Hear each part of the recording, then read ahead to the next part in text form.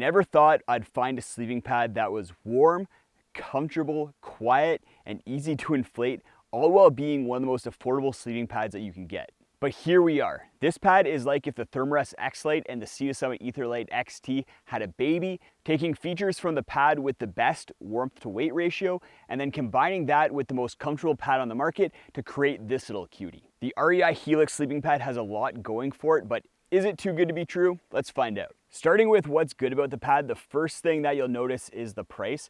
While most high-end sleeping pads are costing over $200 these days, the REI Helix comes in at a reasonable $160. And that's for all three sizes. Whether you're getting the size regular, the regular wide like I have here, or the size large, all three are gonna cost $160. And because you're buying it from REI, you can often get it for 20 or 30% off during the quarterly sales. And then REI even had it on sale for only $60, making it one of the craziest deals that I've ever seen. For most people, I recommend they get a sleeping pad with an R value, which is the standard rating system for sleeping pad warmth, of at least 3. An R value of 3 is going to keep you warm during most summer months, but if you want to start dabbling in the shoulder seasons, then you probably want to be getting something with at least 4. The REI Helix has a very respectable R value of 4.9, so it's going to be plenty warm.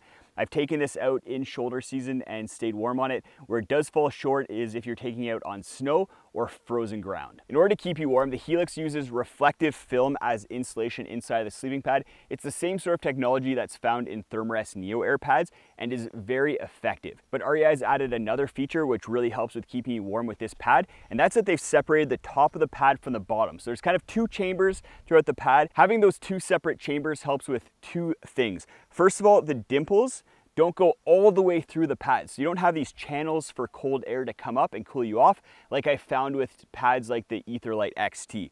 As well, it reduces convective heat loss through air movement. As you toss and turn on a pad, you're gonna pump cold air from maybe the sides of the pad into the middle, and that's gonna really cool you off, and it's reduced with the Helix. Where the Helix really starts to shine is comfort. There hasn't been a pad that combines comfort, warmth, and affordability ever before, and the Helix is comfortable for 3 main reasons. First of all, it's thick. It's 3 inches thick, which provides enough height for most people in order to not bottom out at your hip and shoulder if you're a side sleeper, or with your butt if you're sleeping on your back. The second thing is that the wide 25-inch wide versions have plenty of space.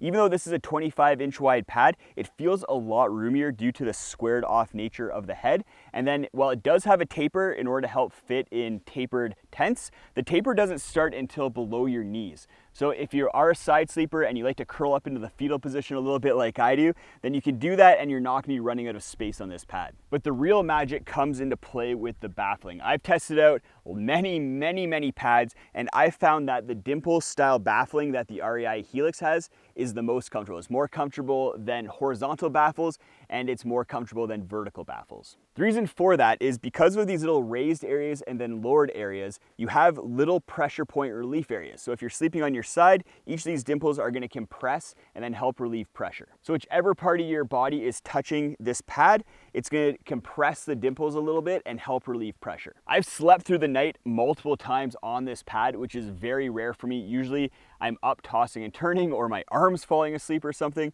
But with the REI Helix, it's one of a few where I've slept through the night no problem. Those of you who are paying attention might have heard that this uses a very similar insulation to the Thermarest Neo Air sleeping pads, which is that reflective film. And for those of you who have used Neo Airs, you know that they can be quite loud. But with the REI Helix, it's not loud at all. You get a little bit of noise due to the material, so it might rub on the tent a little bit, kind of create a little bit of a rubbery sound, but you're not getting that crinkle noise, and it's not as rubbery sounding as the Etherlite XT. But the pad does have some cons, with the first one being weight. It's not a light pad, even though it is quite a warm pad. The size regular weighs 595 grams, and then the regular wide, which I have here, weighs 737 grams. You're looking at double the weight of the Thermarest X-Lite pad, so you are gonna be paying for that extra warmth as well as the extra comfort. I don't really care about pack size too much, but for those of you out there who do, the REI Helix is kind of in the medium range for pack size. It's not huge, but it's also not really small.